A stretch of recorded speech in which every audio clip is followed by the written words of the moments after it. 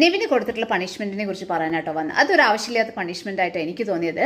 Punishment കിട്ടാനുള്ള ഒരു കാരണം എന്ന് പറഞ്ഞാൽ ഷാനവാസ് ആയിട്ടുള്ള ആ ഒരു പാക്കറ്റ് പാല് മേലെ വീഴുന്നു, ഷാനവാസ് വീഴുന്നു ആൻഡ് ഹോസ്പിറ്റലൈസ്ഡ് ആവുന്നു. But now Shanavas is back to the game. ഇപ്പോൾ കൊടുക്കുന്ന ഓരോ ടാസ്കും അത്യാവശ്യം നല്ലോണം എഫേർട്ട് ഇട്ട് തന്നെയാണ് ഷാനവാസ് ചെയ്തുകൊണ്ടിരിക്കുന്നത്, which means he's all right.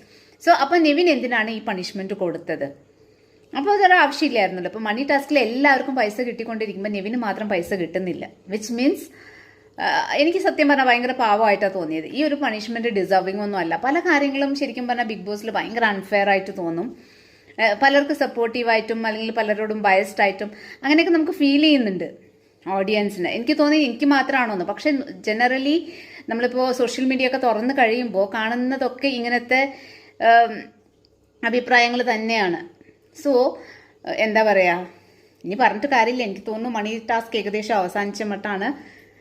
ഇത് ശരിക്കും പറഞ്ഞാൽ അൺഫെയർ ആയിട്ടുള്ള ഒരു പണിഷ്മെൻ്റാണ് മോഹൻലാൽ നെവിന് കൊടുത്തിട്ടുള്ളത്.